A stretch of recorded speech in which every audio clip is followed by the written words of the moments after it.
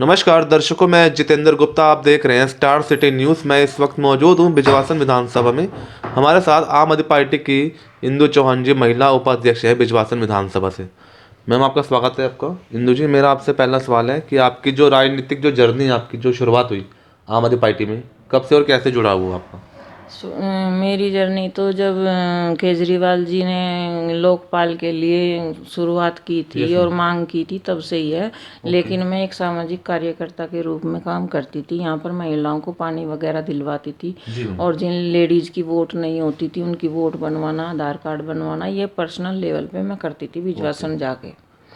जैसे बिजवासन जाके ही वोट बनवा के लाना, बिजवासन जाके ही मेरा सारा काम होता था। जैसे किसी के राशन लेना है, उसमें प्रॉब्लम आ रही है, पीला कार्ड बनवाना है, तो वो सब काम मैं पर अपने लेवल पे ही उनको साथ ले जाके करवाती थी। अच्छा इंदु जी, जैसे कि अभी अभी एक मुहिम चलाई जा रही है अभी स्वच्छता अभियान को लेके, लोगों में आप जा रहे हो, कैंपेनिंग कर रहे हो, इस बार का जो रुझान है एमसीडी का, क्या इस बार प्रभाव पड़ेगा? इस बार ये है कि लहर तो है ही केजरीवाल की, और बदलाव भी आएगा ही, क्योंकि इस बार ये जो है एमसीडी 15 सालों से एमसीडी में भाजपा शासित एमसीडी है। तो इसने क्या किया है कि जो भी इनके निगम पार्षद आते हैं वो सिर्फ अपनी जेब भरते हैं। पब्लिक थक चुकी है इस तरह के निगम पार्षदों से, क्योंकि अब पहले जनता यहाँ कम थी महिपालपुर में और बिजवासन विधानसभा में जनता पहले कम थी, लेकिन अब बाहर के लोग बहुत ज़्यादा आ गए हैं। तो उस वजह से जब यहाँ की जो नालियाँ हैं, सीवर हैं, वे ब्लॉकेज पड़े रहते हैं, उनकी सफाई की तरफ कोई ध्यान नहीं दिया जाता। कूड़े पड़ा रहता है, मक्खियाँ भिनकती रहती हैं। और मतलब जो लोग उनसे जुड़े हुए हैं उनके तो काम हो जाएंगे, लेकिन आम जनता को तो ये तक नहीं पता होता कि हमारे निगम पार्षद के यहाँ क्या स्कीम आई है। और जो लोग अनजान लोग जाते हैं उनका कोई काम नहीं होता, उन्हें कह देते हैं यहाँ से तो हो ही नहीं रहा, आपको किसने बता दिया। ओके। तो यहाँ के अभी जो मौजूदा पार्षद हैं, अभी कौन है यहाँ के? यहाँ के मौजूदा पार्षद श्री इंद्रजीत सहरावत जी हैं। काम बताइए। उनके 4.5 वर्ष बीत चुके मैम, जनता को लेके खड़े उतरे नहीं उतरे? उन्होंने देखो अभी एक नाली बनवानी शुरू की थी गली नंबर 2 में, आप जाके देख सकते हो, अभी वो इनकम्प्लीट पड़ी है। और वो भी 10-15 घरों के आगे से ही बनाई थी उन्होंने। जब से हमारे विधायक जी आए हैं उन्होंने सड़कें बनवाई हैं, और नालियों की सफाई के लिए भी हमारी जल बोर्ड से मशीन आती है, वो भी मशीन वो लगवाते हैं। और घर घर को टैंकरों से पानी दे रहे हैं, लाइन से पानी। जब आज तक सबने ये कहा था कि यूजीआर से पानी मिलेगा, यूजीआर से पानी मिलेगा, लेकिन हमारे विधायक ने ये करके दिखाया। ओके। और मतलब ये जो लाइन पुरानी हो चुकी है उसको, जहाँ से वो खराब थी वहाँ से कटवा के कि भाई पहले इससे दे दो। और नई लाइन जब डल रही है, जैसे अब नई लाइन तो अब 1.5 साल बाद डलनी शुरू हुई है, विधायक जी को बने हुए तो 1.5 साल से भी ऊपर हो गया है, तो उन्होंने तुरंत ही काम शुरू कर दिया था जैसे ही बजट आया।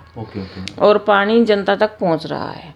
लेकिन जनता भी इतनी भोली तो है नहीं। बिल्कुल। तो वो भी एक की जगह 6 कनेक्शन करके पानी अपने घर में भरती है। आगे लोगों को मिले या ना मिले उन्हें भी कोई मतलब नहीं होता। ईमानदारी तो बहुत कम लोगों में है, लेकिन है, ऐसी बात नहीं है कि जैसे हमारी आम आदमी पार्टी आई है, ये एक ईमानदार पार्टी है और ईमानदारी से काम करना चाहती है, और लोगों को ये भी बताना चाहती है कि ईमानदारी भी टिक सकती है। बिल्कुल और टिकेगी भी।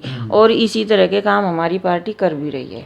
देखो जैसे हमारे लेडीज हैं, लेडीज के लिए सबसे पहले तो घर में ही कोई नहीं सोचता, वो भी यही सोचते हैं कि लेडीज है तो सब सारे घर का काम यही कर ले, सारा बर्डन यही ले ले और श्रेय तुम ले लो।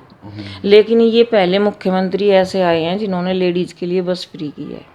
और बस का फ्री होना मीडियम फैमिली की लेडीज और गरीब तबके की लेडीज के लिए बहुत ही महत्वपूर्ण कार्य है। ये एक मतलब ऐसा कदम उठाया केजरीवाल जी ने जिन्होंने लेडीज के मन को छुआ है।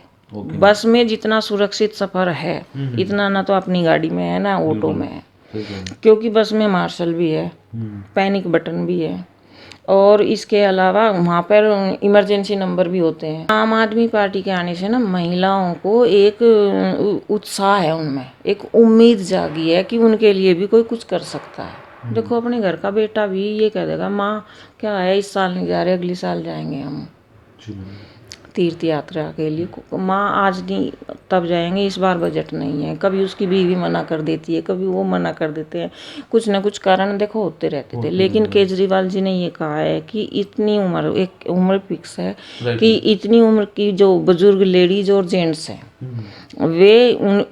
वे तीर्थ स्थान फिक्स हैं कि भाई तुम यहाँ जा सकते हो।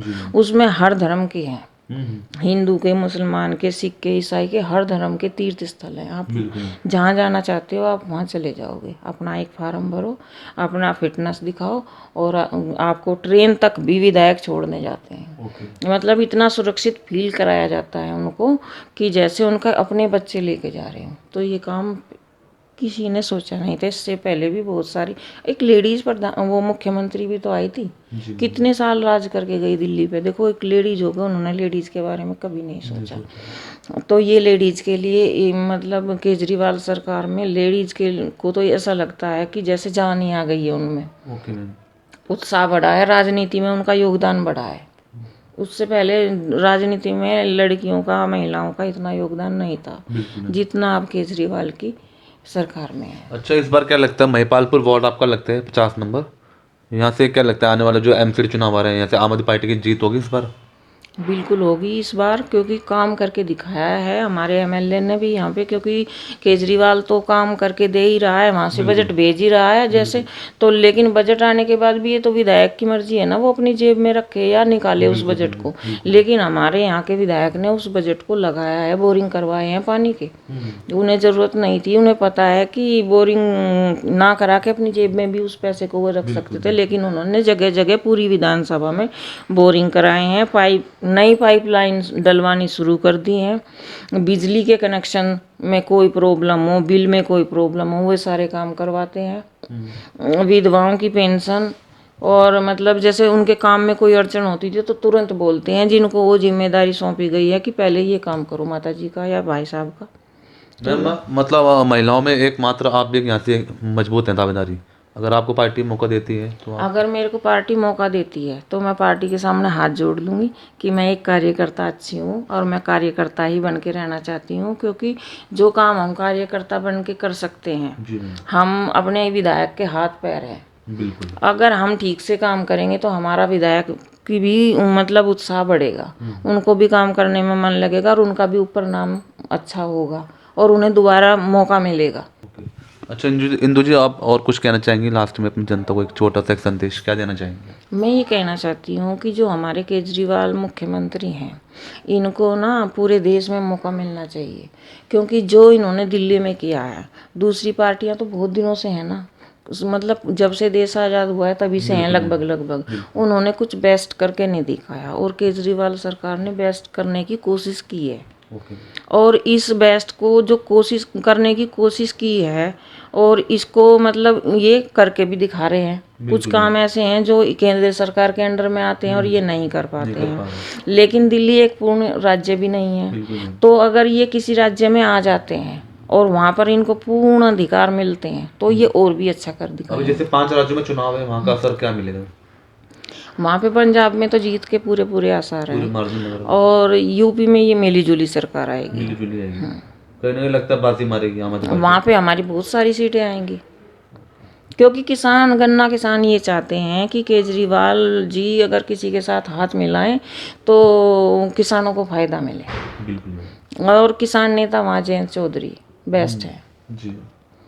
क्योंकि अखिलेश जी को भी हमने देख लिया है, हमने पूरे यूपी ने उनका इतना स्वागत किया था जिस दिन उनकी मतलब शपथ समारोह था। पूरा यूपी बैठ गया था टीवी के सामने कि राजकुमार का आज शपथ समारोह है। लेकिन इतना अच्छा उन्होंने कुछ करके नहीं दिखाया। तो इसलिए हम चाहते हैं कि यूपी में हमारी सीटें, मतलब हम दावेदारी ना करें, सीटें तो अच्छी आए और ऐसी पार्टी जैसे जयंत चौधरी जी हैं उनके साथ अगर हमारी पार्टी हाथ मिलाती है तो बेस्ट रिजल्ट आएगा। क्योंकि किसान चाहते हैं कि भी आम आदमी पार्टी को, क्योंकि जयंत को वे छोड़ नहीं सकते। क्योंकि उस जयंत मतलब चौधरी चरण सिंह ने किसानों का साथ ऐसे दिया है जैसे घर का सदस्य देता है। उन्होंने अपनी जेबें कभी नहीं भरी। उन्होंने अपने बैंक बैलेंस, जब वे मरे थे तब भी आपने देखा होगा उनके खाते में 700-800 रुपये कुल थे। और वे जनता के बीच में जनता की बात, वे कभी ये नहीं कहते थे कि मेरे लिए तुम शेड लगाओ। या मैं धूप में खड़ा होकर भाषण नहीं दूंगा, वो जनता के बीच में खड़े होकर भाषण देते थे। तो ऐसे ही हम केजरीवाल सरकार में, हमें केजरीवाल जी में हमें भी यही चीज़ दिखाई देती है और हमारे विधायक में दिखाई देती हैं। जो एडवोकेट हैं बहुत ही इंटेलिजेंट हैं, लेडीज़ के लिए इतने फ़ायदेमंद हैं कि फ्री में उनको भी इस तरह की मतलब सलाह दे दी जाती है कि जो मतलब उनको 20 जगह घूमने के बाद ना मिलती, वो उन्हें गुमराह करा जा सकता है। लेकिन अगर हमें इस तरह की कोई महिला मिलती है जो दुखी है, त्रस्त है या घरेलू हिंसा से पीड़ित है, जी, तो अगर हम उनके सामने ये एक क्वेश्चन कर दें तो वे हेल्प करते हैं। तो इतने गुणवान एमएलए हमारे पास हैं, तो हमें उनका फ़ायदा उठाना चाहिए और उनका फ़ायदा उठाने के लिए हमें जनता तक पहुंचना पड़ेगा, जनता की समस्याओं को उन तक पहुंचाना पड़ेगा। वे हर जगह कैसे पहुंच सकते हैं, विधानसभा इतनी बड़ी है। लेकिन अगर हम ये सोचे कि मैंने ये कर दिया, मैंने ये कर दिया, मैंने कुछ नहीं किया है, जो कुछ भी किया है केजरीवाल सरकार ने किया है, और केजरीवाल सरकार के एमएलए हमारे भूपेंद्र सिंह जून है और हम उनके हाथ पैर हैं। धन्यवाद आपका। Thank you. तो ये हमारी सीधी बात इंदु चौहान जैसे स्टार सिटी के साथ। मैं जितेंद्र गुप्ता।